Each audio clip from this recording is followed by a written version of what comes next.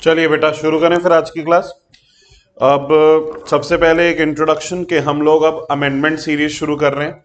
This is amendment come revision series for direct taxes जो हम शुरू कर रहे हैं अपने मई जून एग्जामिनेशंस 2021 के लिए। ठीक है, इसके अंदर प्लीज ध्यान देंगे कि सबसे पहले हम टॉपिक रिवाइज करेंगे, हल्का फुल्का जो भी हमें रिवीजन की जरूरत है, और फिर उसके बाद हम उससे रिलेटेड जो भी अमेंडमेंट है उसे पकड़ेंगे।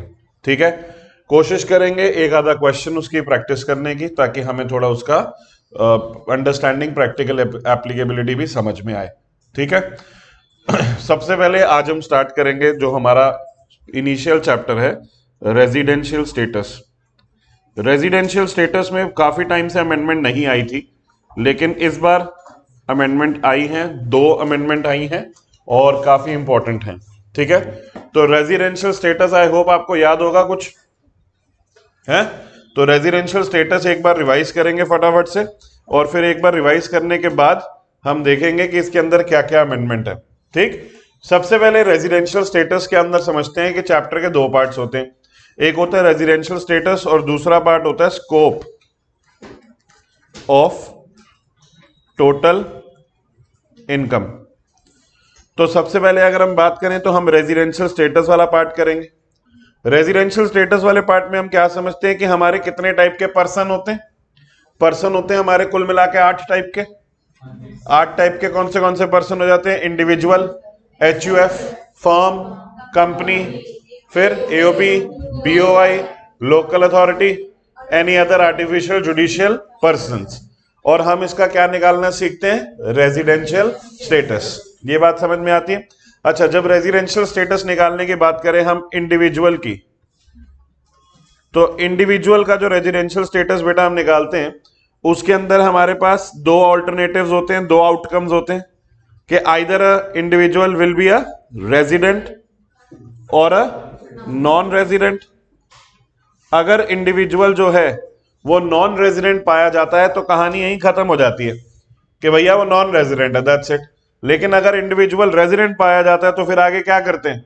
आगे और चेक करते हैं हम और देखते हैं कि हमारा जो इंडिविजुअल है वो आरओआर है या एनओआर है। यही पॉइंट है। तो यहां पे रेजिडेंट के आगे भी हम तफ्तीश करते हैं, पता करते हैं कि वो रेजिडेंट एंड ऑर्डिनरली रेजिडेंट है या नॉट ऑर्डिनरली रेजिडेंट है। समझ में आ रही है? अच्छा, रेजिडेंट और नॉन रेजिडेंट को चेक करने के लिए हम क्या चेक करते हैं? Basic conditions. याद आ रहा है कुछ? बेसिक कंडीशंस चेक करते हैं, और जो बेसिक कंडीशंस चेक करते हैं हम करते हैं कि एक भी कोई सेटिस्फाई कर दे तो हम मान लेंगे कि वो रेजिडेंट है। अगर any one basic condition satisfy कर दे तो हम कह देते हैं बंदा क्या है? रेजिडेंट है। और अगर एक भी बेसिक कंडीशन सेट ना कर पाए तो उसको क्या करार दे देते हैं? Non resident. ये बात समझ में आ रही है ना? ठीक है ना? तो उसको हम नॉन रेजिडेंट बोल देते हैं। हम कहते हैं एक भी बंदा कंडीशन सेटिस्फाई नहीं कर पाया। ठीक है, अगर एक भी कंडीशन सेटिस्फाई कर दी बेसिक की तो क्या बन जाएगा? वो रेजिडेंट। ये बात याद है?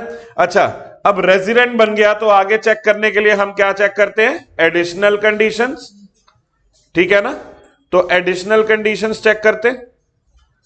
अब एडिशनल कंडीशंस में हम क्या कहते हैं? कितनी टोटल होती है? 2।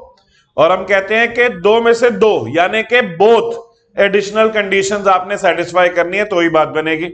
तो बोथ एडिशनल कंडीशन सेटिस्फाई करोगे तो क्या बन जाओगे? आरओआर। अगर एक भी नहीं करी तो एनओआर। अब एक भी नहीं करी का क्या मतलब है? 2 में से 1 कर ली और 1 नहीं करी तो क्या बन जाओगे आप? एनओआर। ये बात समझ में आती है? ये बात याद है? अगर इसके बाद हम आगे बढ़े और हम चेक करें कि हमारी बेसिक कंडीशंस क्या थी। अब बेसिक कंडीशंस हमारी क्या थी हमने याद रखनी है। सबसे पहली हमारी बेसिक कंडीशन क्या थी? सबसे पहली बेसिक कंडीशन थी assessee should be in India for a period of, हां जी कितना? 182 days or more during the relevant previous year. During the relevant previous year, यही होता है ना। अच्छा, कॉमा, अब बीच में एंड लगाऊं या और लगाऊं, दो कंडीशंस के और लगाऊंगा क्योंकि दोनों में से कोई भी एक सेटिस्फाई होनी चाहिए। तो यहां पे सेकंड कंडीशन लगा दूंगा कि assessee should be in India for a period of 60 days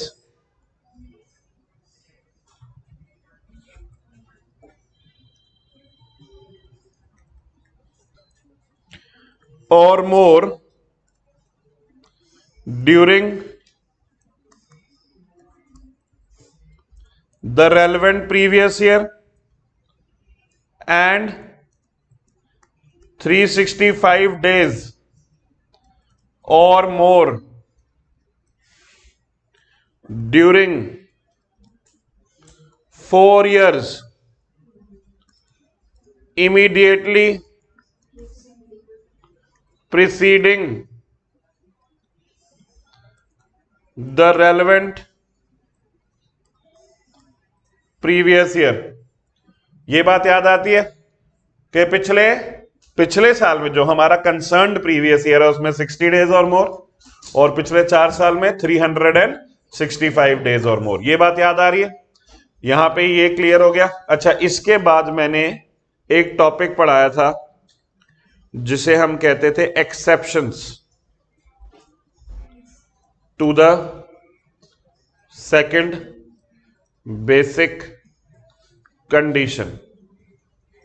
याद आ रहा है कुछ? किसको याद है ये बताओ जरा, हाथ खड़ा करेंगे सिर्फ। Exception to the second basic condition, बस इतने ज्यादा बच्चों को याद है, मेरा तो दिल भरा है बेटा, मैं क्या ही बताऊं, हैं इतने ज्यादा बच्चे। Exceptions to the second basic conditions का कॉन्सेप्ट, हाँ जी सुनिधि जी।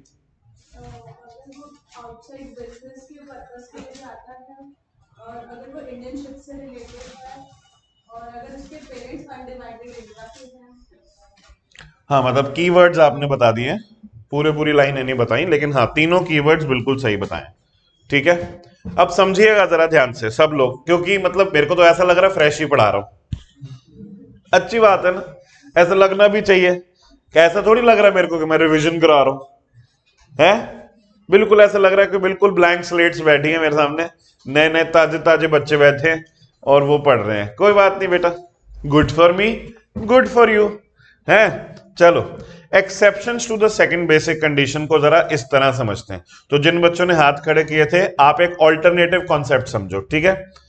यहां पे समझिएगा, मैं जब अपनी नॉर्मल क्लास में पढ़ाता हूं तो मैं कहता हूं कि जो निम्नलिखित 3 तरह के व्यक्ति आएंगे उनके ऊपर ये सेकंड कंडीशन लागू नहीं होगी। ये बात समझ में आ रही है कि नहीं? मैं यही कहता हूं, मैं कहता हूं कि जो निम्नलिखित 3 तरह के व्यक्ति आएंगे उन पे सेकंड कंडीशन लागू नहीं होगी। बेयर एक्ट में मतलब यही है, लेकिन ऐसे नहीं लिखा है उन्होंने। पता क्या लिखा है? उन्होंने लिखा है कि for the following class of persons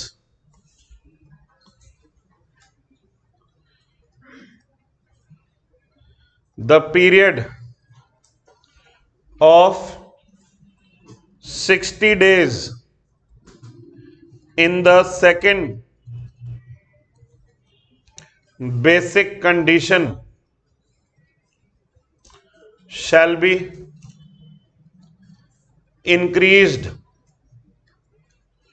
to 182 days। क्या मतलब है इसका, आप समझो जरा।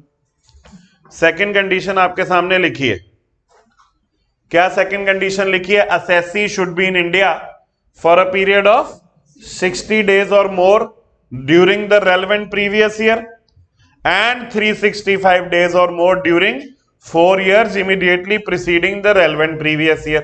लेकिन हम कह रहे हैं for the following class of persons the period of 60 days, यानी ये वाला period, the period of 60 days in the second basic condition shall be increased to 182 days. इसका मतलब क्या हुआ, इसका इफेक्ट क्या हुआ, समझो जरा, क्या इफेक्ट हुआ इसका। 60 डेज के बदले हम 182 डेज काउंट करेंगे और 365 वाला तो मतलब ये तो आपने हिंदी अनुवाद कर दिया, मैं इसकी इंप्लीकेशन पूछ रहा हूं। इसकी इंप्लीकेशन क्या है, इसका इफेक्ट क्या है। इसका इफेक्ट ये है कि सेकंड बेसिक कंडीशन चेक करो या ना करो एक ही बात है, क्योंकि अगर 182 डेज हो गए तो वो फर्स्ट कंडीशन नहीं हो जाती। अब सेकंड बेसिक कंडीशन में 365 डेज की कोई इंपॉर्टेंस रह गई, नहीं रह गई ना। आपने कहा 60 डेज की जगह क्या कर दो 182, और अगर वो 182 हो जाता है तो क्या वो फर्स्ट कंडीशन सेटिस्फाई कर रहा है कि नहीं कर रहा है, कर ही रहा है ना। इसीलिए मैं आपको क्या लिखवाता हूं, मैं कहता हूं कि निम्नलिखित व्यक्तियों के लिए सेकंड बेसिक कंडीशन लागू नहीं हो रही। सीधी बात करता हूं मैं सिंपल सी सीधी बात करता हूं। I spare you these 3 minutes that you spent wondering पता नहीं क्या हो रहा है? ये लॉ में लिखा है, बेयर एक्ट में क्या लिखा है। आज मुझे पढ़ाने की जरूरत पड़ी वो चीज, क्योंकि अमेंडमेंट है इसके अंदर। ये भी पुराना ही पढ़ा रहा हूं, ये अमेंडेड नहीं है। ओके, ये जो आपने पढ़ा ये वही है। आपने क्या पढ़ा कि निम्नलिखित क्लास के व्यक्तियों के लिए सेकंड बेसिक कंडीशन में 60 डेज का पीरियड कितने दिन में बदल जाता है, 182 डेज। Is that clear. अब इसके अंदर हम देखते हैं कि ये निम्नलिखित क्लास के व्यक्ति कौन है। ठीक है, निम्नलिखित क्लास के व्यक्ति हैं नंबर 1, ठीक है, बड़े ध्यान से सुनेंगे। Number 1, person leaving India for the purpose of employment or business, for the purpose of employment or business. ठीक है, दूसरा, person leaving India as a member of crew of an Indian ship. ठीक है जी। और तीसरा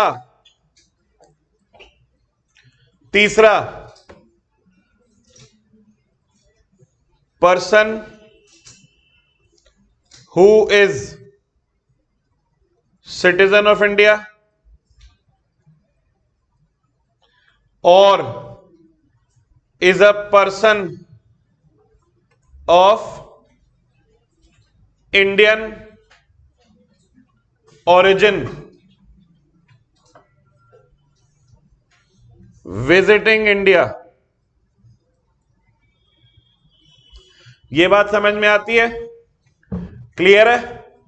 सुनिधि ने ये कीवर्ड बोले थे कि वो जो जॉब के लिए जाता है, जो क्रू से रिलेटेड होता है, और जो इंडिया में अनडिवाइडेड इंडिया में बॉर्न होता है। बिल्कुल सही, लेकिन आपको पूरी पूरी लाइन समझनी है। ठीक है, और यहां पे हम पढ़ेंगे कि a person is said to be of Indian origin if his parents or grandparents were born in undivided India। ये बात याद आ रही है, ठीक है। तो बॉर्न इन अनडिवाइडेड इंडिया। तो ये 3 तरह के, अभी तक मैंने कुछ नया नहीं बताया बेटा, सिर्फ रिवाइज कराया। Were born in undivided India, यहां तक की बात समझ में आती है कि नहीं? कुछ नया नहीं है, सब रिवीजन है ये। ठीक है, यहां क्लैरिटी आ गई। तो दोबारा से एक बार डिस्कस करते हैं। सबसे पहले हमने क्या बात करनी है कि कोई भी इंडिविजुअल या तो क्या हो सकता है रेजिडेंट, या तो क्या हो सकता है नॉन रेजिडेंट। कितनी बेसिक कंडीशन है? 2। उनमें से कितनी सेटिस्फाई करो तो रेजिडेंट? 1, कोई भी एक। ठीक है ना, तो क्या माने जाओगे? रेजिडेंट माने जाओगे। कौन सी कंडीशन है? या तो आप साल में 182 डेज और मोर रहो, या 60 days or more during the relevant previous year, and 365 days or more during last 4 years. ये बात समझ में आती है? अच्छा, तो ये हमने पढ़ लिया। फिर हमने कहा कि सेकंड बेसिक कंडीशन में चेंज आ जाएगा अगर क्लास ऑफ पर्संस चेंज हो जाते हैं। तो फॉलोइंग 3 क्लासेस ऑफ पर्संस के लिए the period of 60 days shall be raised up to 182 days, making the second basic condition redundant. Do you understand the meaning of the word redundant? Useless. Why? क्योंकि first condition में ही 182 days हो रहे हैं ना, तो 182 फर्स्ट में ही हो रहे हैं, तो सेकंड में भी 182 डाल देंगे तो वो बेकार हो जाएगी कंडीशन। यहां तक बात समझ में आई कि नहीं आई? ठीक है। अच्छा, तो अब एक बात सोचते हैं। मान लीजिए कि कुणाल के कोई रिलेटिव्स हैं, ठीक है ना? हाँ जी, कुणाल के चाचा जी, ठीक है। ये चाचा जी रहते हैं लेट्स से यूएसए में, ठीक है, यूएसए में रहते हैं। अच्छा, चाचा जी पैदा इंडिया में ही हुए थे, ठीक है ना, इंडियन ओरिजिन के पर्सन है। अगर इंडिया विजिट करने आते हैं तो उनका जो हम रेजिडेंशियल स्टेटस डिटरमाइन करेंगे उसके लिए first basic condition 182 days, second basic condition 63 65 के 182 365 182 365 182 days in the relevant previous year, 365 days in the last 4 preceding years। समझ में आ रही है कि नहीं? क्लियर है? अच्छा, अब चाचा जी सन 2020-21 आपका रेलेवेंट प्रीवियस ईयर इस बार के एग्जाम में क्या होगा? बदल जाएगा बेटा, 2020-21 हो जाएगा। ये बात याद रखिएगा। पिछले साल के एग्जाम्स में क्या था? 19-20। इस बार के लिए क्या हो जाएगा? 20-21 रेलेवेंट प्रीवियस ईयर, ठीक है। अच्छा, जो रेलेवेंट प्रीवियस ईयर है 20-21, इसमें मान लीजिए इनके चचा जी, ठीक है ना, वो 95 डेज इंडिया में रह गए। कितने डेज रह गए? 95। अब पीछे के और साल देखते हैं, 19-20, 18-19, 17-18 और 16-17। समझ में आ रही है? अगर मैं 95 ही देखूं तो क्या उन्होंने सेकंड बेसिक कंडीशन सेटिस्फाई करी? फर्स्ट करी? फर्स्ट तो करी नहीं, फर्स्ट तो 182 डेज है, सेकंड 60 डेज है, 182 है, इनके लिए 182 है ना? वो तो वैसे भी रिडंडेंट है, कोई फायदा ही नहीं है इनके लिए चेक करने का, ठीक है। अब यहां पे समझिएगा जरा ध्यान से, क्या हो रहा है कि जो वेल्दी एनआरआईज हैं, जो वेल्दी एनआरआईज हैं, वो इस कंडीशन की वजह से इंडिया के टैक्सेशन सिस्टम से बच रहे हैं, ठीक है ना। जो वेल्दी एनआरआईज हैं जिनकी इंडिया में भी इनकम है, वो इंडिया के टैक्सेशन सिस्टम से बच रहे हैं और वो नॉन रेजिडेंट का स्टेटस एंजॉय कर रहे हैं, ठीक है। तो अब जो अमेंडमेंट आई उसका पर्पस ये था कि ये जो कंडीशन में रिलैक्सेशन है, जो ये हमने उनके लिए 60 डेज सीधा 182 डेज कर दिए, इसको थोड़ा सा स्ट्रिंजेंट किया जाए। समझ में आई? इसको क्या किया जाए? स्ट्रिंजेंट किया जाए। तो इन्होंने कहा कि अगर चाचा जी की टैक्सेबल इनकम 15 लाख रुपए से ऊपर है, अब ये फिगर आपको याद रखनी है, कितनी? 15 लाख। अगर चाचा जी की टैक्सेबल इनकम कितनी है? 15 लाख या उससे ऊपर, तो इनके लिए जो पीरियड ऑफ 60 डेज है, जो अभी तक 182 डेज हो रहा था, वो 182 डेज नहीं होगा, 120 होगा। ये अमेंडमेंट आ गया। अब समझिएगा जरा इसकी इंप्लीकेशन, ठीक है ना, कि अगर एक पर्सन है जो इंडियन ओरिजिन का है और वो इंडिया विजिट कर रहा है, person of Indian origin India visit कर रहा है, अगर उसकी इनकम 15 लाख से कम है, कितने से कम है? 15 लाख से कम है।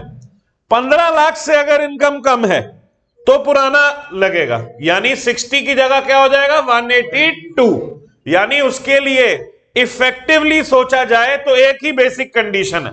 कौन सी बेसिक कंडीशन? 182 डेज वाली, फर्स्ट वाली, क्योंकि सेकंड वाली तो चेक करने का फायदा नहीं है। लेकिन अगर उस बंदे की जो इनकम है वो 15 लाख या उससे ऊपर है, तो 15 लाख से ऊपर वाली इनकम के केस में आपने क्या करना है? आपने फर्स्ट बेसिक कंडीशन चेक करनी है कि the assessee is in India in the relevant previous year for a period of 182 days or more. और सेकंड कंडीशन अब चेक करनी है सेपरेटली।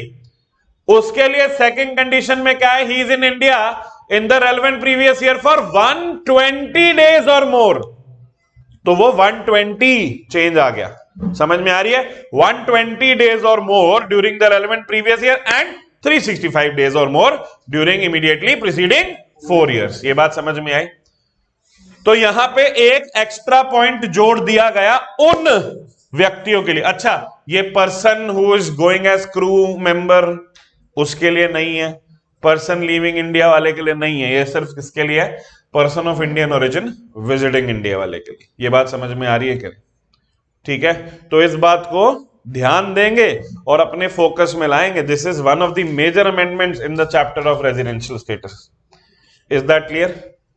रेजिडेंशियल स्टेटस के चैप्टर की मुद्दे की अमेंडमेंट है ये, कि आपके इंडिविजुअल के पॉइंट ऑफ व्यू में एक नया मोड उन्होंने लाके दे दिया। ठीक है, ठीक, चलो एक काम करते हैं बेटा,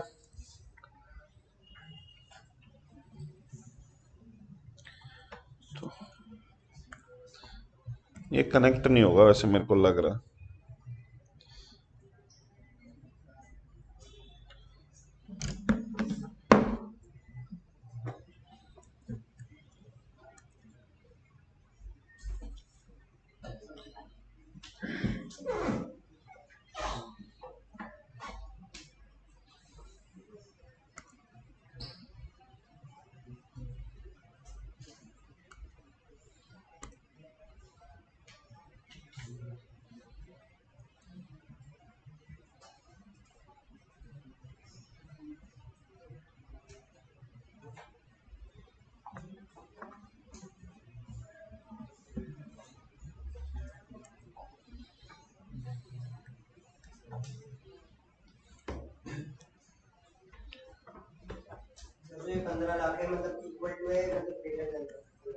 बता रहा हूं।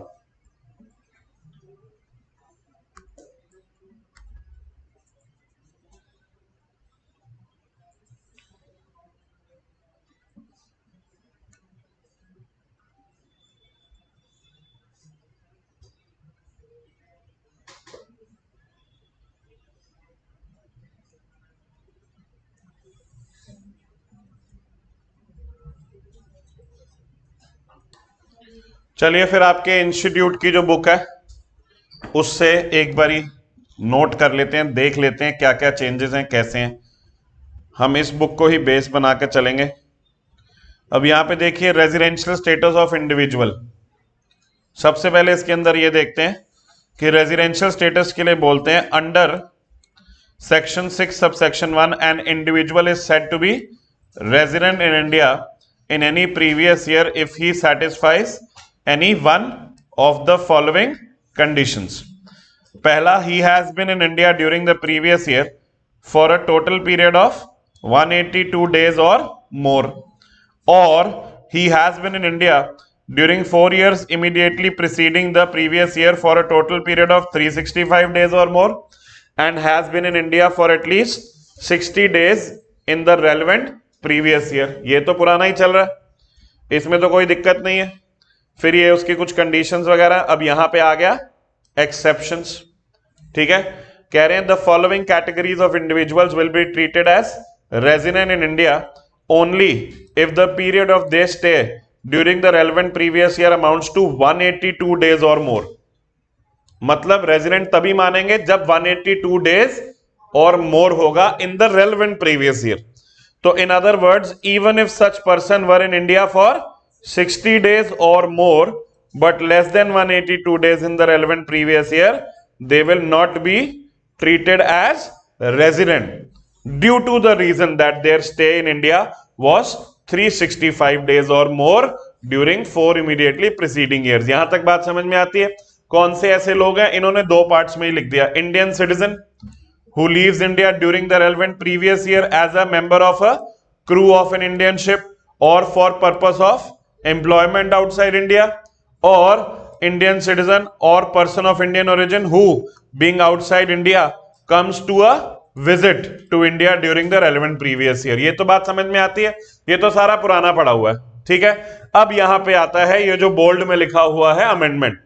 कह रहे हैं however such person having total income other than income from foreign sources, यानी इंडियन इनकम की बात कर रहे हैं, वो जो 15 लाख रुपए की इनकम की बात हो रही है वो फॉरेन इनकम की बात नहीं हो रही है, वो इंडियन इनकम की बात हो रही है, ठीक है। That is income which accrues or arise outside India, उसको छोड़ के, except from business controlled from a profession, sorry from a business controlled from or profession setup in India and which is not deemed to do accrue or arise in India exceeding ₹15 lakhs। तो exceeding 15 lakhs है कुणाल, 15 लाख रुपए से ज्यादा, ठीक है। During the previous year will be treated as resident in India if, अब यहां पे देखिए पहली कंडीशन तो वही है, the period of stay during the relevant previous year amounts to 182 days or more. और दूसरी कंडीशन क्या है, he has been in India during 4 years immediately preceding the previous year for a total period of 365 days or more and has been in India for a period of at least 120 days in the previous year। तो ये आपकी amendment है, पहली amendment residential status की। अब यहां कोई दिक्कत लगी? अब यहां अमेंडमेंट में भी क्या हुआ है, ऐसा नहीं हुआ है कि पुरानी चीज काट के नई चीज लगाई गई है, एक एडिशनल चीज डाल दी गई है, ऐसा नहीं है। अब एक बात बताओ, अगर कोई पर्सन ऑफ इंडियन ओरिजिन है एंड ही विजिट्स इंडिया, लेकिन उसकी जो टोटल इनकम है एक्सक्लूडिंग फॉरेन इनकम वो 15 लाख से कम है, तो पुराना ही लग रहा है ना, तो पुराना ही लग रहा है। क्या लग रहा है, 182 डेज ही लग रहा है उसके ऊपर, सेकंड कंडीशन तो उसको लग ही नहीं रही है। अब यहां पे एक नया पॉइंट आ गया आपको वेरीफाई करने के लिए कि भाई आपको एक ऐसा पर्सन जो सिटीजन ऑफ इंडिया है या पर्सन ऑफ इंडियन ओरिजिन है and he is coming to visit India, उस केस में आपको एक चीज चेक करनी फालतू और क्या आ गई, इनकम। अब आप उसकी इनकम चेक करेंगे, अच्छा टोटल इनकम चेक करेंगे या income excluding foreign income? Excluding foreign income. ये बात समझ में आ रही है ना। और अगर आप ऐसा कहें तो आप ऐसा भी कह सकते हैं कि सर इंडियन इनकम सिर्फ उसकी, लॉ में जो लैंग्वेज लिखी है वो तो कहती है total income excluding foreign income, लेकिन ऐसी इनकम जो एक business controlled in India or a profession setup in India उसे लेंगे, क्योंकि वो deemed to accrue or arise in India होती है, और any other income which is deemed to accrue or arise in India. ये बात समझ में आ रही है कि नहीं? तो ये 120 डेज वाली, इस पे बेटा क्वेश्चन तो छोड़ो, एमसीक्यू तो पक्का ही है, समझ में आ रही है। सीए वालों के एग्जाम में 30 नंबर के एमसीक्यू आते हैं, सीएस वालों के एग्जाम में एमसीक्यू ही एमसीक्यू आते हैं, तो इसमें तो पक्की बात है कि आपसे पूछा ही जाएगा। आज की देखो हमारी पहली क्लास है, पहली क्लास में मैंने 2 कारणों की वजह से रेजिडेंशियल स्टेटस उठाया। पहला, पहली क्लास में थोड़ा रिलैक्सिंग टॉपिक होना चाहिए ताकि बच्चे अगली क्लास में आने के लिए एनकरेज हो, है कि नहीं? पहली क्लास में धुएं छुड़ा दिए तो बच्चे कहेंगे देखो सर ऐसा है, ठीक है आप अपने रास्ते हम अपने रास्ते, ठीक है। ऐसे एक तो ये इशू है, और दूसरा मैं ऐसी चीजों से शुरुआत करना चाहता हूं जो इजी हैं बट पेपर में आने वाली हैं, जिनके आने के ज्यादा चांसेस हैं। अगर आज की क्लास आप कंप्लीट करके यहां से निकलते हो, मैं कह रहा हूं आप कम से कम अपने आने वाले एग्जाम में 5 नंबर पक्के करके चल रहे हो, जो कि कम नहीं है बेटा। जानते हैं बेटा 39 वाले 5 नंबर की जो अहमियत होती है वो जानते हैं बेटा, ठीक है। 39, 59 वट एवर 9, ठीक है ना, क्लियर है? हाँ तो चलिए, ये अमेंडमेंट क्लियर हो गई सबको। पहले तो ये बता, अब आप क्या करोगे? सबसे पहले आप जब भी रेजिडेंशियल स्टेटस निकाल रहे होगे इंडिविजुअल का, आप वहीं सतर्क हो जाओगे। फिर आप सबसे पहले देखोगे कहीं वो एक्सेप्शन वाला बंदा तो नहीं। अगर वो एक्सेप्शन वाला बंदा नहीं है तो आप सिंपल 2 कंडीशंस में से एक चेक करोगे, सेटिस्फाई हो जाएगी तो वो रेजिडेंट है। कौन सी 2 condition? 182 days or more during the relevant previous year, 60 days and 365 days वाली। लेकिन जहां आपको लगता है कि वो बंदा एक्सेप्शन में है, तो एक्सेप्शन कौन सी है? क्या वो person living India for job और मेंबर ऑफ अ क्रू और अ शिप है? तो फिर सिर्फ फर्स्ट कंडीशन। अगर वो पर्सन इंडियन ओरिजिन का है और विजिट कर रहा है इंडिया, तो फिर आप क्या चेक करोगे? उसकी income, total income excluding foreign income. अगर total income excluding foreign income 15 lakh है, उससे कम है, कोई दिक्कत ही नहीं, कोई दिक्कत ही नहीं ना। एक्सीडिंग में लफड़ा है ना। अगर 15 लाख है उससे कम है, अभी भी पुराना काम चल रहा है, क्या सिर्फ फर्स्ट कंडीशन चेक करेंगे, सेकंड करने की जरूरत ही नहीं, क्योंकि वो रिडंडेंट हो जाती है कि नहीं। और अगर वो 15 लाख से ज्यादा है तो फिर आप क्या करोगे? आप सेकंड कंडीशन को बदल दोगे, 60 डेज की जगह क्या हो जाएगा? 120। 60 डेज की जगह क्या हो जाएगा? 120। Is that clear? तो यहां पे हमारी अमेंडमेंट आ गई। सर अगर इसके तो फिर हम एजम्पशन लेंगे ना। फिर अगर इस केस के अंदर हमें इनकम ना दी हुई हो, देखो ऐसा है, एमसीक्यू में कभी ऐसा होगा नहीं, एमसीक्यू में कभी ऐसा होगा नहीं कि आपको इनकम ना दी गई हो। सब्जेक्टिव क्वेश्चन में ऐसा हो सकता है इनकम ना दी गई हो, तो मेरी वहां पे सलाह ये है, पहले तो पूरी प्रोविजन लिख डालना कि इनकम अगर 15 लाख से कम होती तो ये होता, ज्यादा होती तो ये होता, और फिर दोनों में से एक अज्यूम करना है, वो वाली अजम्पशन लो जिससे तुम्हारा काम बढ़े और नॉलेज शो ऑफ हो। सीधी सी बात है ना, क्या अजम्पशन लोगे? 15 से ऊपर है, ऐसी की जैसी अमेंडमेंट सीख के आए, क्लास अटेंड करी थी, लिखेंगे तो उसके हिसाब से सॉल्व कर लेना। फिर समझ में आ रही है कि नहीं? जिससे काम ज्यादा बढ़े वो अजम्पशन लेनी है हमेशा। बेटा इंस्टीट्यूट आपकी नॉलेज का प्रदर्शन देखना चाहता है, शान पत्ती का नहीं। तो ऐसी अजम्पशन नहीं करनी है आपने कि जिससे आप शान पत्ती करो और आपका काम कम हो जाए। समझ में आ रही है कि नहीं? क्लियर है? ठीक है, चलो अब यहां पे भी देख लेते हैं। बाय द वे मैं सिर्फ अमेंडमेंट नहीं कराऊंगा, मैं पूरा चैप्टर भी रिवाइज कराने की कोशिश करूंगा, ठीक है ना? ये भी ध्यान रखिएगा। ये नहीं है कि सिर्फ अमेंडमेंट क्लास है, सिर्फ अमेंडमेंट क्लास होती तो फिर ये तो मतलब हम 3-4 क्लासेस में खत्म कर देंगे, लेकिन मैं 7 क्लासेस का टारगेट लेकर चल रहा हूं ताकि मैं रिवीजन भी करा सकूं, ठीक है ना? क्या प्रेफर करोगे, सिर्फ अमेंडमेंट या रिवीजन भी? रिवीजन भी सही रहेगी ना, तो वही डबल काम करना है हमने, डबल ट्रबल। तो चलिए अब एक काम करते हैं, इसके अंदर एक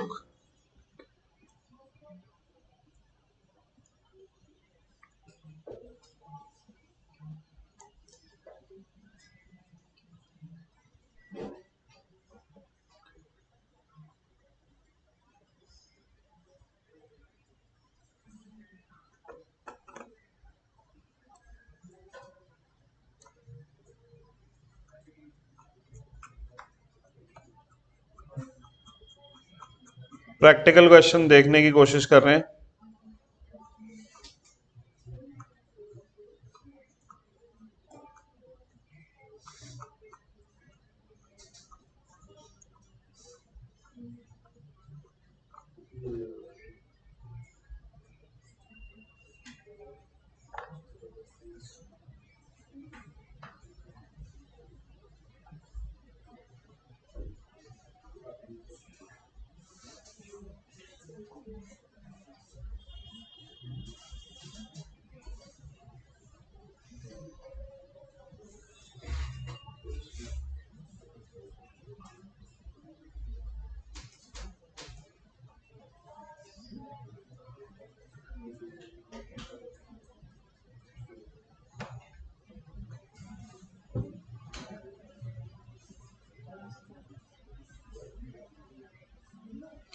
चलो आपके इंस्टीट्यूट की बुक में अमेंडमेंट से रिलेटेड क्वेश्चन ही नहीं है, वाह, कोई नहीं, हम देख लेंगे थोड़ी देर में।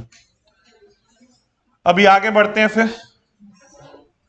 बेटा जी अब अगर हम बात करें इस पर्टिकुलर व्यक्ति के बारे में, person leaving India as a member of crew of an Indian ship, इस अभागे के बारे में बात करें तो क्या डिस्कशन बनती है, अब ये देखते हैं, ठीक है? इस बंदे के साथ इशू क्या है, जो पर्सन लीविंग इंडिया कर रहा है as a member of crew of an Indian ship, कि as a member of crew of an Indian ship जब आप जाते हो ना, तो आप कई बार पोर्ट पे पहुंच जाते हो जहां पे आपकी शिप एंकर्ड होती है, और कई बार वहां काफी समय लग जाता है शिप को मूव होने से पहले, ठीक है? शिप जो होती है वो एंकरेज पे होती है, उसकी तैयारी चल रही होती है कि हाँ भाई हमने कम से कम 6 महीने की वॉयाज पे जाना है, तो उसके ऊपर हमें सामान, राशन, सप्लाई सब कुछ तैयार करने हैं, बाकी सारे सिस्टम्स चेक करने हैं, तो उसमें समय भी लग सकता है। और ऐसा भी हो सकता है कि जब आप वापस आ रहे हो तो due to congestion at the port 2-3 दिन आप एंकरेज पे ही लगे रहो। समझ आती है ना ये सब बातें? तो एग्जैक्टली वो दिन डिसाइड नहीं हो पाता जब हम ये कहें कि आप इंडिया के अंदर आए और इंडिया के बाहर गए।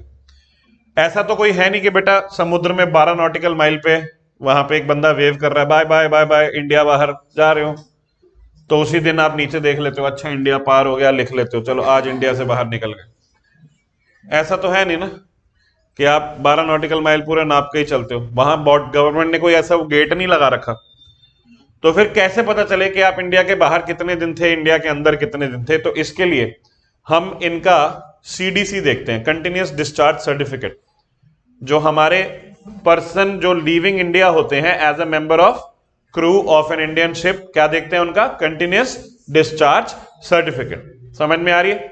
इनका जो कंटिन्यूस डिस्चार्ज सर्टिफिकेट होता है वो एक डॉक्यूमेंटेशन होती है जो इनके एम्प्लॉयर द्वारा दी जाती है कि भैया आपने इस दिन को ड्यूटी ज्वाइन करी थी और इस दिन को आपने ड्यूटी से छुट्टी ली।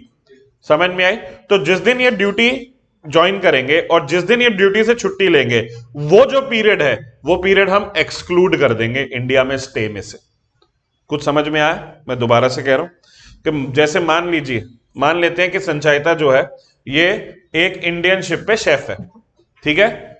ये इंडियन शिप पे शेफ है, वहां वही चलती चलती शिप में नीचे से मछली पकड़ती है और ऊपर लाके बना देती है, ठीक है? जो पकड़ा जाता है शिप में से ये बना देती है, वहां ऑक्टोपस, मछली, शार्क, वेल सब बना रखा मैंने, ठीक है? ये शेफ है वहां की।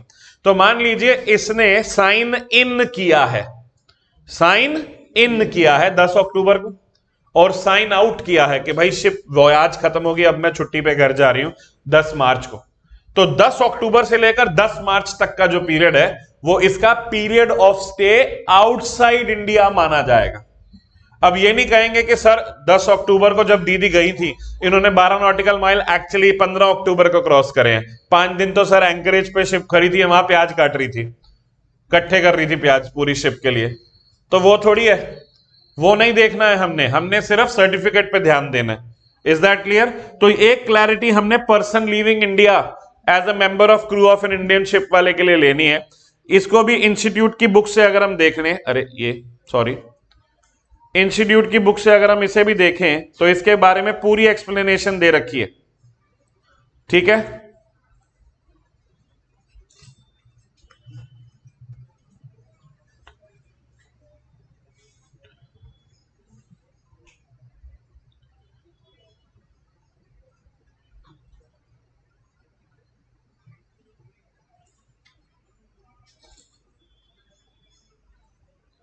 ये देखिए,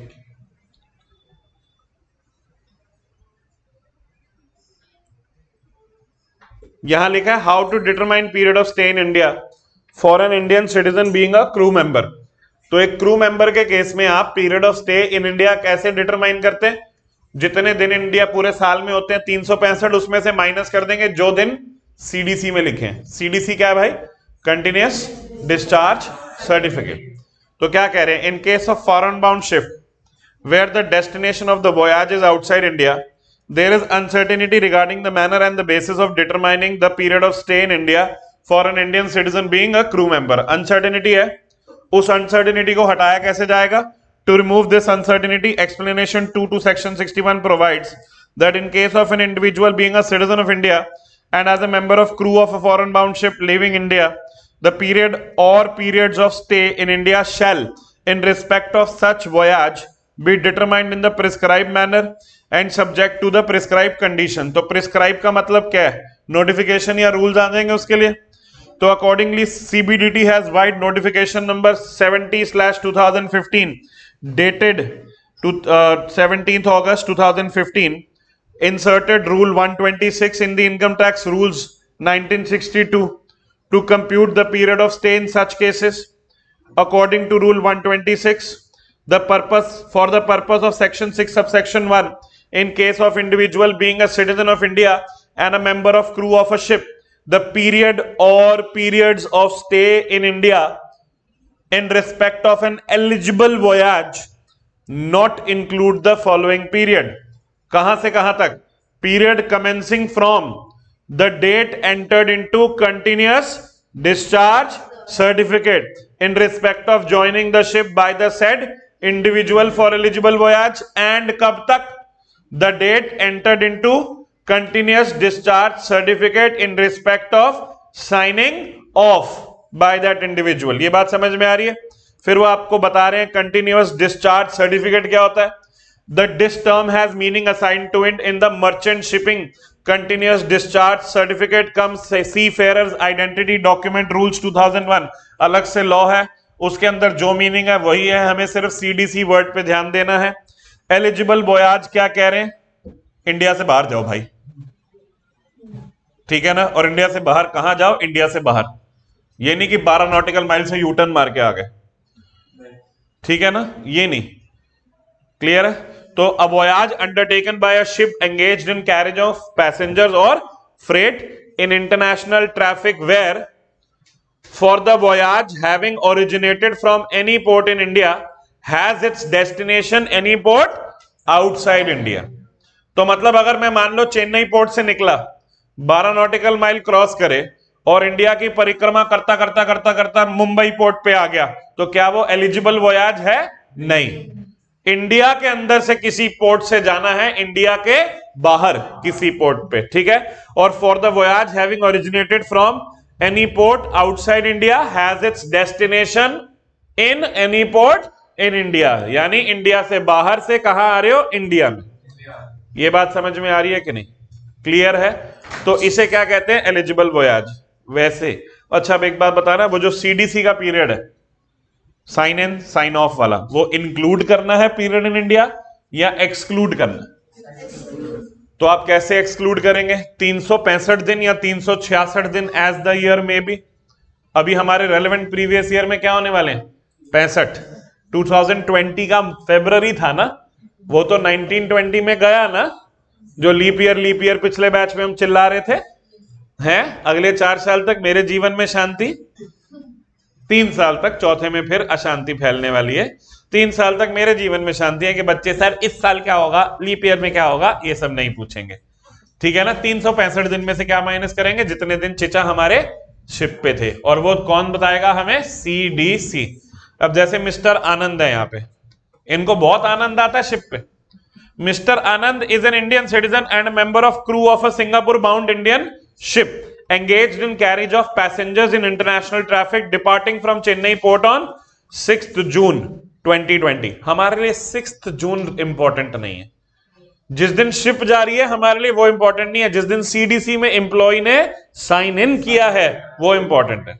अच्छा, from the following details for the previous year 2021 determine the residential status for mister Anand for previous assessment year 21-22 assuming that his stay in India in the last 4 years is 400 days। समझ में आ रही है? Preceding previous year 2021 के last 4 साल में भाई साहब कितने दिन रहे हैं? 400 डेज। इसकी जरूरत भी है हमें? नहीं, हम तो सिर्फ इनके लिए कौन सी कंडीशन चेक करते हैं? फर्स्ट, क्योंकि सेकंड रिडंडेंट है। अब वो कह रहे हैं date entered into continuous discharge certificate 6 June 2020, और फिर साइन ऑफ के लिए कौन सी है? 9 दिसंबर 2020। तो आपने क्या करना है, यहां पे 6 जून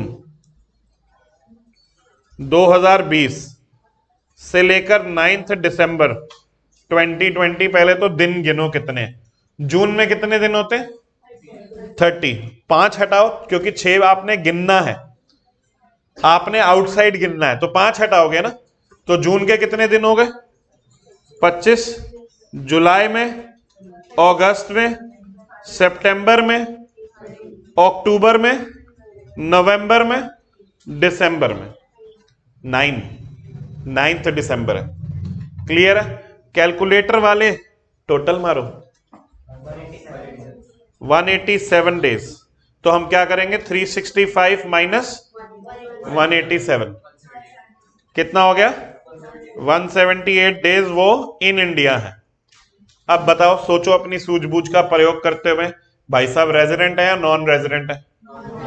क्योंकि एक member of an crew of an Indian ship जो इंडिया के बाहर जा रही है, उसको तो फर्स्ट कंडीशन सेटिस्फाई करनी है, उसके लिए 182 डेज का पीरियड है। वो जो सेकंड कंडीशन में 60 डेज का पीरियड है, वो भी चेंज होके 182 डेज ही हो गया है। तो ये कौन है भैया? Non resident. तो देख लेते हैं, इनके बारे में बात कर लेते हैं। ये उन्होंने पूरी थ्योरी लिखी है, फिर उन्होंने यहां से हिसाब लगाया है, तो उन्होंने 187 माइनस किए हैं ना, 178 डेज देखो यहां पे भी आ गया ना, तो 178 डेज है, और आगे क्या कह रहे हैं? He is a non resident. ये बात समझ में आ रही है? Is that clear?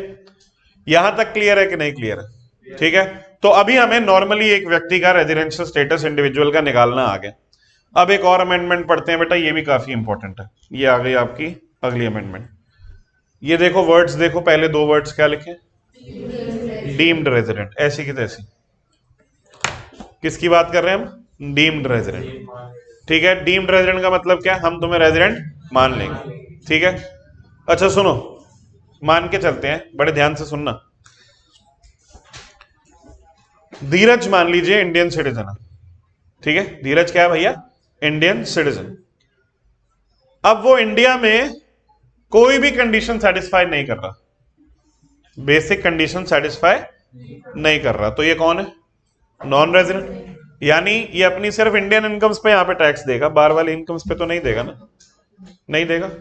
लेकिन ये किसी भी देश में नहीं रह रहा, ऐसे टापता जा रहा, ये किसी भी देश के टैक्सेशन सिस्टम्स के चक्रों में नहीं आ रहा, डॉन बना फिर रहा है।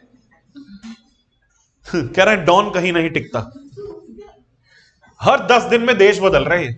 कह रहा है तुम्हारे रेजिडेंशियल स्टेटस लॉज की ऐसी की तैसी, जुत्ती ना देखे मेरी, तुम्हारा रेजिडेंशियल स्टेटस लॉ रोक सको तो रोक लो, पैसा बहुत है अपने पास, और रेजिडेंट तो हम किसी देश के ना बने, तुम टैक्स लेके दिखा दो सालों।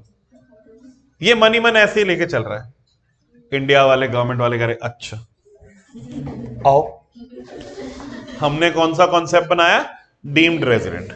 हमने डीम्ड रेजिडेंट का कॉन्सेप्ट ये बनाया कि देखो भैया, अगर तुम्हारी total income excluding foreign income, फिर वही बात आ गई, 15 लाख से ज्यादा है, total income excluding foreign income 15 lakh से ज्यादा है, और तुम कहीं के भी रेजिडेंट नहीं हो, तुम कहीं भी टैक्स नहीं दे रहे, बिकॉज ऑफ 3 रीजंस। ठीक है, because of how many reasons, 3 reasons. समझ में आ रही है। पहला डोमिसाइल, क्या वर्ड मैंने हाईलाइट किया है, डोमिसाइल। दूसरा रेजिडेंस, दूसरा क्या है, रेजिडेंस। और तीसरा एनी अदर क्राइटेरिया। तो 3 कारणों की वजह से तुम कहीं भी टैक्स के लिए घेरे में नहीं आ रहे। हम कह रहे हैं बेटा तुम मानो या ना मानो, तुम इंडिया के रेजिडेंट हो, तुम क्या हो, डीम्ड रेजिडेंट।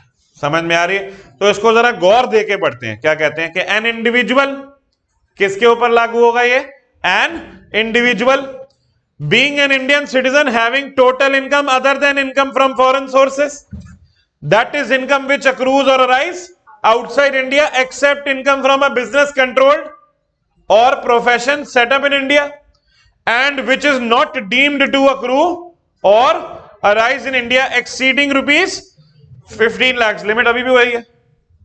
ठीक है, during the previous year would be deemed to be resident in India in that previous year if he is not liable to pay tax in any other country or territory by the reason of his domicile, residence or any other criteria. ये बात समझ में आ रही है कि नहीं। अभी तक जो residential status of an individual का सेक्शन था वो था 6(1). क्या सेक्शन था, सेक्शन 6 सब सेक्शन 1। इसमें उन्होंने अमेंडमेंट करके डाल दिया सेक्शन 6(1)A। ये हमारी अमेंडमेंट है, समझ में आ रही है। तो 2 अमेंडमेंट क्या हुई रेजिडेंशियल स्टेटस के चैप्टर में। सबसे पहली अमेंडमेंट तो बेटा जी क्या हुई, सबसे पहली अमेंडमेंट ये हुई कि residential status of an individual निकालने के अंदर वो जो बेनिफिट हम देते थे 60 डेज को 182 डेज कर देते थे to a person of Indian origin visiting India, वो थोड़ा चेंज कर दिया for a person who has total income excluding foreign income above 15 lakhs। समझ में आ रही है कि नहीं, इज दैट क्लियर। तो ये कौन से एनआरआईज के लिए दिक्कत वाली बात हो गई है, पहले सोच के बताओ। कौन से एनआरआईज के लिए दिक्कत वाली बात हुई है कि नहीं हुई है, हुई है ना, हम उनको लपेटे में ले लेंगे। लेकिन कौन से एनआरआईज जिनकी इंडियन इनकम ज्यादा है। अब मेरे सगे मामा जी हैं भाई, थाईलैंड में रहते हैं, उनकी इंडियन इनकम है ही नहीं कोई। एक आधी 2 एफडी होंगी जो उन्होंने मेरे से छुपा के करा रखी होंगी, मुझे थोड़ी बताएंगे। हैं एफडियां होंगी, एफडी से इंटरेस्ट होगा, प्रॉपर्टी भी होगी, अगर एक आधी उससे किराया होगा, टोटल 15 लाख से नीचे है तो उनको कोई टेंशन ही नहीं, तो उनको कोई टेंशन ही नहीं है। डीम्ड रेजिडेंट का भी कॉन्सेप्ट है, वो कहां पे आया है, 15 लाख से ऊपर वाली इनकम। ठीक है ना। तो यहां पे बोला कि वो डोमिसाइल की वजह से, रेजिडेंस की वजह से और any other criteria of similar nature की वजह से, ठीक है ना। एक काम करेंगे बेटा जी, सबसे पहले तो आप ये पूरा पैराग्राफ नोट डाउन करें, ठीक है, जरूरी बात है भाई, पूरा पैराग्राफ नोट डाउन करना, ठीक है। एक बार अपने हाथ से लिखोगे ना तो आपको क्लैरिटी आएगी।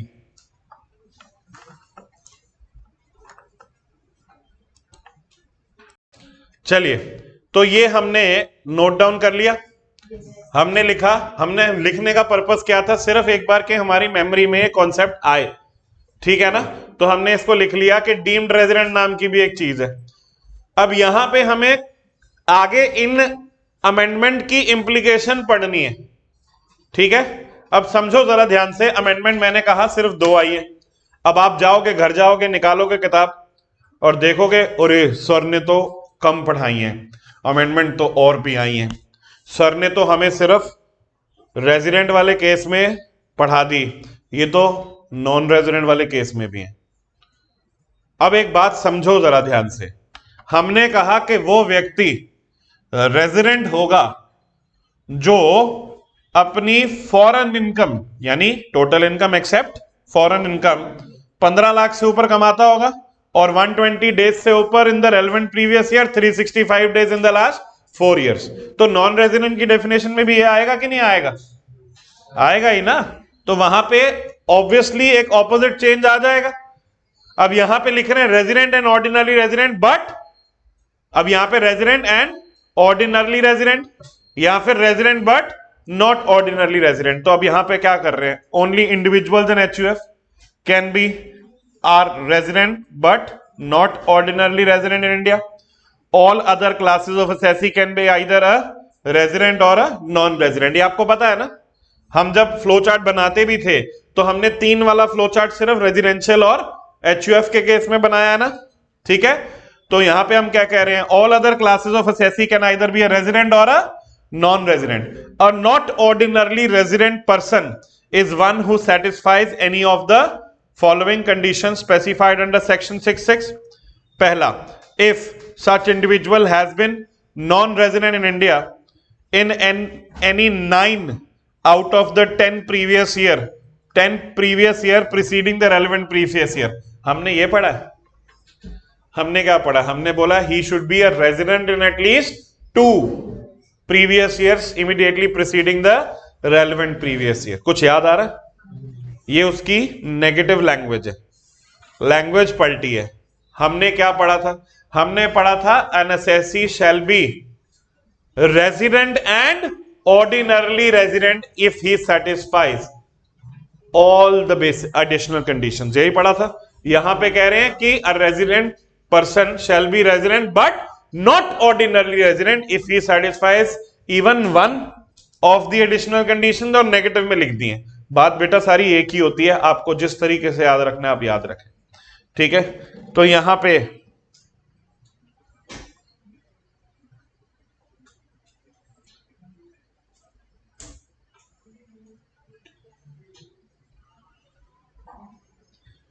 जो हमारी कंडीशंस हैं उन्होंने उल्टी लिखी हुई हैं, ठीक है। तो इसके अंदर वो क्या कह रहे हैं कि बंदा एनओआर बन जाएगा, ठीक है ना। क्या बन जाएगा? एनओआर, ठीक है। तो इन्होंने क्या पढ़ा कि all only individuals in HUF can B resident but not ordinary resident. बाकी सारे क्या होते हैं, रेजिडेंट या non resident. A not ordinarily resident person who is one who satisfies any one of the conditions specified under section 66, ठीक है। पहला उन्होंने बोल दिया कि पिछले 10 साल में कम से कम 9 बार नॉन रेजिडेंट। फिर उन्होंने बोल दिया कि पिछले 7 साल में 729 दिन या उससे कम रहा हो। हम क्या पढ़ते थे, 730 डेज और मोर, यही तो पढ़ते थे, ठीक है। एक वो कह रहे हैं, अब यहां पे थर्ड पॉइंट पढ़िए कि अगर वो व्यक्ति, if such individual is an Indian citizen or a person of Indian origin who being outside India comes on a visit to India in any previous year having total income other than the income from foreign sources, that is income which accrues or arises outside India other than income derived from a business controlled or profession set up in India, and which is not deemed to accrue or arise in India exceeding 15 lakhs during the previous year, who has been in India for 120 days or more but less than 182 days during the previous year. और नीचे कौन सा वाली बात लिखी है, 6(1)(a) वाली, deemed resident वाली, कि if such individual is an Indian citizen who is deemed to be resident in India under section 6(1)(a), it may be noted that a deemed resident will always be a resident but not ordinarily resident। एक बात बताओ, धीरज जो है ये तो India आ ही नहीं रहा, ये कोई कंडीशन सेटिस्फाई कर ही नहीं रहा, हम तो इसको डीम्ड रेजिडेंट बना रहे हैं। डीम्ड रेजिडेंट बना रहे हैं क्यों? क्योंकि ये किसी और कंट्री में टैक्स नहीं दे रहा, because the reason of his domicile, residence or any other reason. तो अब इसको इंडिया में तो हमने डीम्ड रेजिडेंट कर दिया। आगे क्या कैटेगराइजेशन है इसकी, ROR है या NOR है? हमेशा क्या माना जाएगा, NOR। ये बात समझ में आ रही है? डीम्ड रेजिडेंट हमेशा क्या माना जाएगा, NOR। ये बात याद रखनी है। ये आपने नोट्स में साथ में पिछले वाले में लिखा है क्या? ऐसा कुछ लिखा तो नहीं है? तो लिखो, लिखो, अ deemed resident shell always be a resident but not ordinarily resident. A deemed resident shell always be a resident but not ordinarily resident। ठीक है,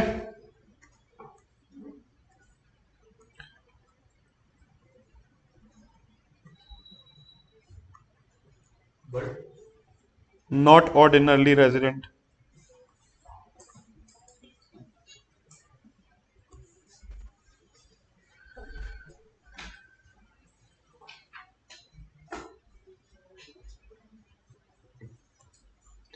कर्ता का रेजिडेंशियल स्टेटस जो HUF का रेजिडेंशियल स्टेटस है, जो HUF का है वो सेम है, उसमें कोई अमेंडमेंट नहीं। HUF का रेजिडेंशियल स्टेटस याद है किसी को?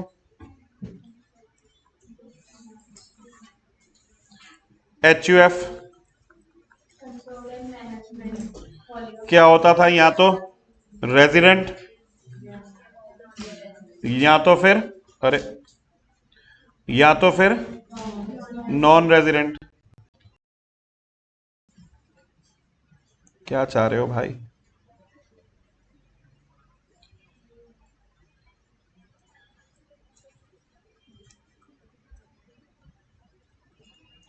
नॉन रेजिडेंट, रेजिडेंट और नॉन रेजिडेंट में क्या होता था? कंट्रोल एंड मैनेजमेंट होली और पार्टली इन इंडिया। अगर यस है तो रेजिडेंट, और अगर नो है तो नॉन रेजिडेंट। फिर आगे अगर नॉन रेजिडेंट है तो कोई दिक्कत नहीं है, लेकिन अगर रेजिडेंट है तो क्या होता है फिर? Additional conditions. क्या होता है? ROR होता है या ROR या NOR? तो ROR और NOR में क्या चेक करते हैं? एडिशनल कंडीशंस ऑन करता, ठीक है ना? एडिशनल कंडीशंस अगर दोनों सेटिस्फाई कर देता है करता तो ROR, एक नहीं करता तो NOR। बात समझ में आ रही है? वो सब सेम है। बाकी फिर कंपनी का रेजिडेंशियल स्टेटस भी सेम है। फॉर्म देखते हैं ना उसका, प्लेस ऑफ इफेक्टिव मैनेजमेंट। अगर इंडिया में तो रेजिडेंट है, फॉरेन कंपनी भी, इंडियन कंपनी तो देखो रेजिडेंट होती है। If a company is incorporated in India it is always resident. If a foreign company has its place of effective management in India it is a resident. If a foreign company has its place of effective management outside India it is a non resident. ये बात समझ में आ रही है? Outside India में non resident है। फिर बाकी सबका, फर्म का, AOP का, BOI का, आर्टिफिशियल जुडिशियल पर्सन का ऐसे ही निकाला जाएगा HUF की तरह। कंट्रोल एंड मैनेजमेंट होरली और पार्टली इन इंडिया है तो रेजिडेंट, आउटसाइड इंडिया तो नॉन रेजिडेंट। देखो ROR और NOR का कॉन्सेप्ट सिर्फ और सिर्फ इंडिविजुअल और HUF के लिए होता है। मेजरली कॉन्सेप्ट किसके लिए है? हमारा इंडिविजुअल के लिए, और अमेंडमेंट भी किसमें आई है? इंडिविजुअल में ही आई है। डीम्ड रेजिडेंट का सेक्शन याद रखेंगे, सेक्शन 6 सबसेक्शन 1A। समझ में आई है? क्लियर है ये point? How can we help you? No you can't. समझ में आ रही है? तो यहां पे HUF का रेजिडेंशियल स्टेटस हो गया। फिर फॉर्म्स AOP, कंपनीज वाला भी हमने डिस्कस कर लिया ना, POM, POM, POEM। फिर उसके बाद हमारे पास स्कोप ऑफ टोटल इनकम आ जाता है। स्कोप ऑफ टोटल इनकम में भी कोई अमेंडमेंट नहीं है। स्कोप ऑफ टोटल इनकम याद है, हमने 3 तरह की इनकम पढ़ी थी। Income accrued arised in India, deemed to accrue arise in India, income received in India, income deemed to received in India, और एक क्या थी, आउटसाइड। उसके अंदर याद है हमने एक टेबल बनाया था। अगर वो टेबल रिवाइज करवा देता हूं पहले तो एक बारी।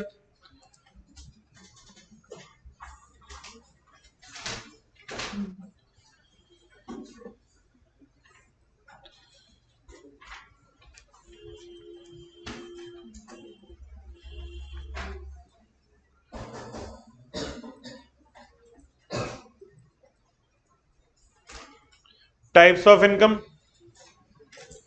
और ROR, NOR, NR। हाँ, बच्चों की शिद्दत देखी वैसे तुमने। इस क्लास में कुछ ढोंगी बैठे हैं। ढोंगी समझते हो? ढोंगी कौन होते हैं? कौन होते हैं? फरेबी, नाटक करने वाले, जिनका ग्रुप 1 क्लियर हो चुका है। सोचो, तुम कभी बैठोगे ग्रुप 1 क्लियर होने के बाद भी अमेंडमेंट क्लास में बैठोगे? देख लो बेटा, शिद्दत है बच्चों में। कौन है, पॉइंट आउट करूं? ऐਵੇਂ पिटेंगे फालतू में, कंबल कुटाई होगी क्लास के बाद। मतलब देख लो, ऐसे बच्चे भी हैं जो पेपर क्लियर करके बैठे करें नहीं हम अमेंडमेंट पढ़ेंगे, जरूरी है हमारी जिंदगी के लिए। बढ़िया है ना कुणाल? मैंने कहा है तू है। कुणाल कह रहे काश होता सर, काश।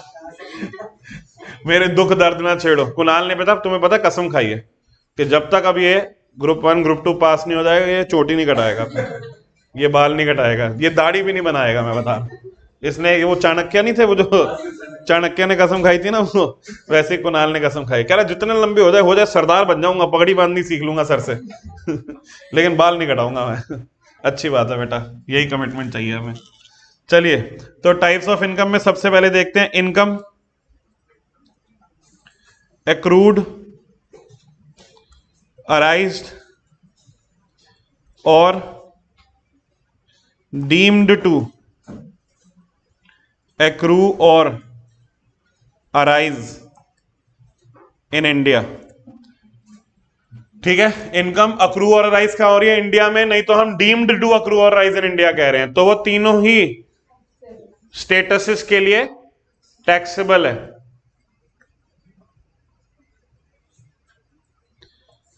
फिर उसके बाद अगर हम बात करें इनकम रिसीव्ड और रिसीवेबल और deemed to be received in India है, तो वो भी तीनों ही स्टेटसेस के लिए टैक्सेबल है।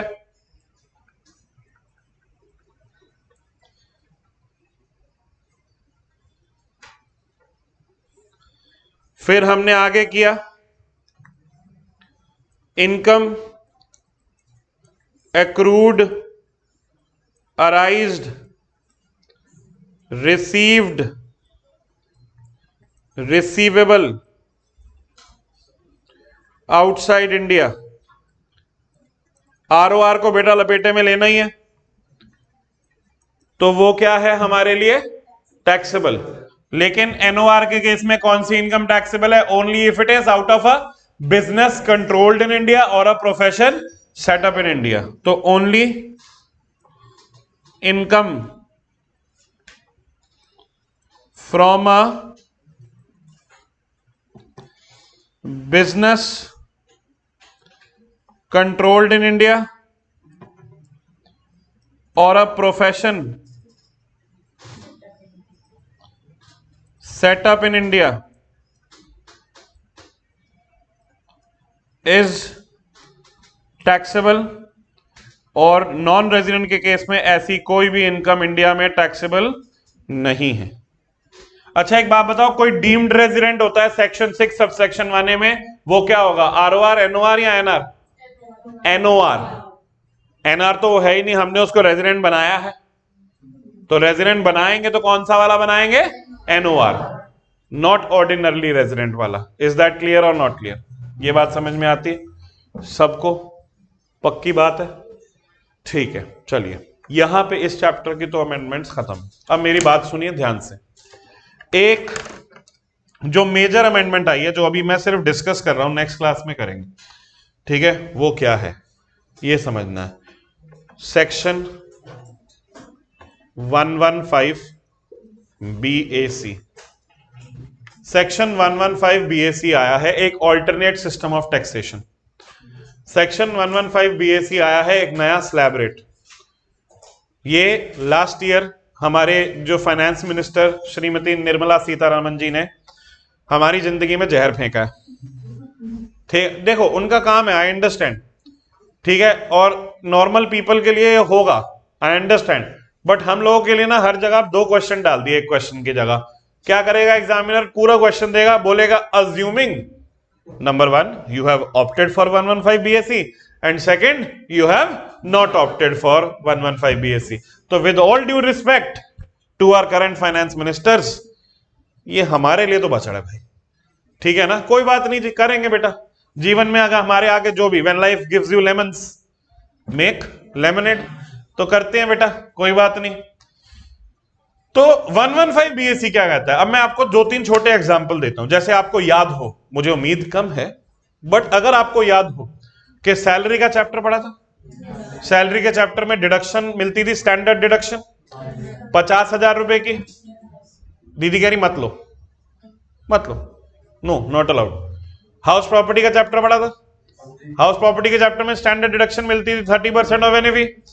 आप interest on borrowed capital minus करते थे, मत करो, मत करो, ठीक है, ये डिडक्शन मत लो। एचआरए की एग्जामिशन लेते थे, मत लो, मत लो। पीजीबीपी में चैप्टर पढ़ते थे, पीजीबीपी में कई सारे एक्सपेंसेस माइनस करते थे, मत करो, ठीक है। अदर सोर्सेज में खर्चे माइनस करते थे, मत करो। Deduction under section 80C to 80U लेते थे, कुछ छोड़ के, चुनिंदा छोड़ के, बाकी मत लो। जो इनकम आए उस पे एक सेपरेट स्लैब रेट दी है। समझ में आ रही है कि नहीं? तो ये तो मैंने आपको एक आइडिया दिया ना बेसिक, कि हाँ भाई ऐसी ऐसी छोटी छोटी चीजें। अब हमारे लिए सबसे बड़ा जो सरदर्द होने वाला है वो ये याद रखना है कि कौन सी चीजें नहीं लेनी है ऑप्शनल स्कीम में 115 BAC में। और ये जो 115 BAC है, ये ऐसा मकड़ी का जाला है जो एक चैप्टर में नहीं, सब चैप्टर्स में फैला है। समझ में आ रही है कि नहीं? तो एक बात सोचो जरा, मान लो कि एक नया बच्चा है जिसको टैक्स बिल्कुल नहीं आता, उसको मैं 115 BAC तो स्टार्टिंग में पढ़ा ही नहीं सकता। उसकी जिंदगी के साथ मैं मजाक करूंगा, मैं पहले उसको 3 महीने सारा टैक्स पढ़ाऊंगा, ठीक है, फिर 3 महीने सारा टैक्स पढ़ाने के बाद मैं कहूंगा एक बात सुन, पता है एक ऑप्शन है एक ऑप्शन है कि ये जो पढ़ा है ना सारा कुछ भूल जा मत ले बस मुझे ना वो शक्ल देखनी है उस टाइम पे कि क्या शक्ल आएगी उस बच्चे की, है। और तुझे पता है ये तेरे से हर सवाल में पूछा जाएगा कि एक बारी के लिए भूल जा, एक बारी के लिए याद कर ले, ठीक है ना। कि 115 BAC मतलब 5 हेड में मत्था खपा के बच्चा ट्रेन होके बैठा होगा, और मैं उसको ये कह दूंगा कि अगर क्वेश्चन में लिखा है कि 115 BAC ऑप्ट करना है, भूल जा, ये सब बकवास है, सब मोह माया है कि नहीं। तो यही आपके साथ भी होना है बेटा, ठीक है। अब क्या होगा, हमें क्वेश्चन कैसा आएगा, अगर हम सब्जेक्टिव क्वेश्चंस की बात कर रहे हैं, ऑब्जेक्टिव की नहीं, सब्जेक्टिव क्वेश्चंस की बात करें, तो हमारे पास क्या होगा कि हमें एक पूरा क्वेश्चन आ जाएगा और उसमें हमें उसको सलाह देनी पड़ेगी that if he should opt for 115 BAC और नॉट। रियल लाइफ में भी यही होगा, आप टैक्स कंसल्टेंट बन जाते हो, आप आर्टिकलशिप करने जाते हो, तो आपके पास क्लाइंट आएगा, तो आपके सीए आपको कहेंगे भाई इसका कैलकुलेशन करके बता, इसकी कैसे करें, टैक्स कैसे बचाएं भाई का, 115 BAC करें या ना करें। ये उसके लिए बेनिफिशियल है, जो ये जो प्रोविजंस होती हैं जैसे 80C, एटीसी में कई सारे पॉइंट्स होते हैं, पीएफ होता है, लाइफ इंश्योरेंस होती है। तो जो ऐसे लापरवाह लोग जो ये सब नहीं करते, जो इनका यूसेज नहीं लेते हैं, उनके लिए तो बड़ा बेनिफिट हो गया ये, क्योंकि उनको कुछ करना ही नहीं है, एक ऑल्टरनेट सिस्टम ऑफ टैक्सेशन है। लेकिन ऐसा व्यक्ति जो पूरा प्लानिंग करके टैक्स प्लानिंग कर रहा होता है, उसके लिए कोई फायदा नहीं है इस चीज में। समझ में आ रही है? तो जैसे एक ऐसा व्यक्ति है जो पर्टिकुलरली इन सेक्शंस का बेनिफिट नहीं उठा पाता, उसके लिए तो जरूर ऑप्शन आ गया, उसके लिए बढ़िया ऑप्शन आ गया, ठीक है ना। लेकिन जो नॉर्मल टैक्स प्लानिंग करता है उसके लिए नहीं है, और हमारे लिए तो दिक्कत ही दिक्कत है। हमें दोनों तरीके से क्वेश्चंस को सॉल्व करना पड़ेगा और चॉइस देनी पड़ेगी। अब एमसीक्यू में इसका कैसे क्वेश्चन आएगा? एमसीक्यू में point two point, cut two point related आएगा कि डिडक्शन अंडर सेक्शन 80C अगर हम ऑप्ट कर रहे हैं 115 बीएसी तो मिलेगी या नहीं मिलेगी। स्टैंडर्ड डिडक्शन 50,000 की सेक्शन 16(1)(a अगर हम ऑप्ट कर रहे हैं 115 बीएसी तो मिलेगी या नहीं मिलेगी। आधी मिलेगी, ऑप्शन दे देंगे ऐसे, आधी ले लो, ठीक ठीक लगा लो, ऐसे ऑप्शन देंगे तुम्हें, ठीक है ना। तो वो आ जाएगा पेपर में। तो 115 बीएसी बहुत इंपॉर्टेंट है। ओवरऑल अगर आप चैप्टर में देखें तो डिडक्शंस में एज सच कोई इंक्रीमेंट नहीं है, मैं अमेंडमेंट की डिस्कशन ओवरऑल कर रहा हूं। टीडीएस में 2-3 सेक्शन है जो हमारे ऐड हुए हैं, 2 सेक्शन है, 3 सेक्शन है, जो 2 है मेरे ख्याल से जो ऐड हुए हैं। मैं अभी एक ओवरऑल आइडिया दे रहा हूं, ठीक है। कैपिटल गेन में भी एज सच कोई बड़ी अमेंडमेंट का पॉइंट नहीं है। पीजीबीपी में मेजर एक अमेंडमेंट अगर हम सोचें तो वेटेड डिडक्शंस याद है 150 मिलती थी, जहां 150 मिलती थी, याद है, एक दो जगह पे 150% मिलती थी, वो सनसेट क्लॉज लग चुका है, अब उन पे 100% ही मिल रही। कहीं पे भी वेटेड डिडक्शन नहीं है, पूरे पीजीबीपी के चैप्टर में कहीं पे भी वेटेड डिडक्शन नहीं है, सब 100 हो गई है मैक्स टू मैक्स। समझ में आ रही है? तो ऐसे करके हमने एक एक करके चैप्टर शुरू करने। अगला चैप्टर जो मैं सोच रहा हूं रेजिडेंशियल स्टेटस, सबसे पहले होमवर्क सुनो, आपने आज घर जाना, जो भी रिस्पेक्टिव बुक है, मेरी बुक है, उसमें से अमेंडमेंट के साथ ये पढ़ना है पूरा चैप्टर, ठीक है। फिर प्रैक्टिस क्वेश्चंस करने हैं आपने इंस्टीट्यूट के मॉड्यूल के, समझ में आ रही है कि नहीं? इंस्टीट्यूट के मॉड्यूल के आपने करने हैं प्रैक्टिस क्वेश्चंस। एमसीक्यूज जो भी मिले वो करने हैं, नहीं तो मेरे से ले लेने हैं क्लास के बाद, ठीक है। तो ये बात ध्यान रखनी है, ओके। और ये सब करने के बाद आप कहेंगे कि मेरा चैप्टर क्लोज हुआ है, और एक क्लास के बाद जो भी चैप्टर कर रहे हैं वो क्लोज करना है।